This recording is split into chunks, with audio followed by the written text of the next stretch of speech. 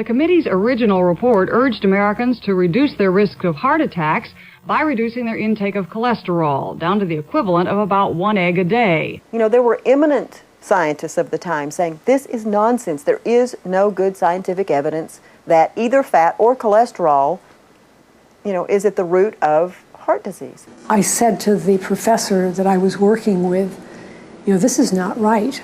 Animal fat's not causing this, and this is not what the data says.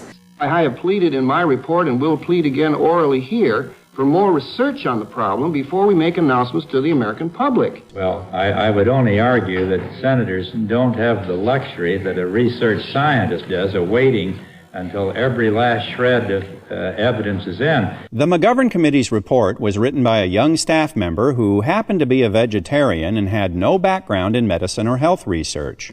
The committee recommended a low-fat, low-cholesterol diet for everyone and offered some ideas that could only spring from the mind of a politician. But Senator Schweiker of Pennsylvania suggested that instead of discrediting the committee's report, the eggmen should be out developing hens that would lay low-cholesterol eggs.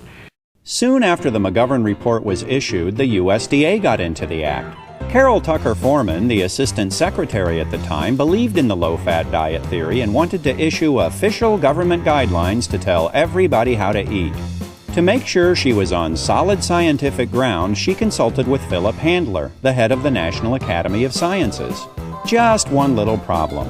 Handler told her the McGovern Committee's report was nonsense. So she did what any dedicated government official would do. She ignored him, shopped around for a scientist who agreed with her, then issued the guidelines. Thanks to a handful of politicians with no background in science, the heart-healthy benefits of a low-fat diet became official government policy. And real scientists got the message loud and clear. Tell us what we already believe, or you can say goodbye to your lucrative government funding.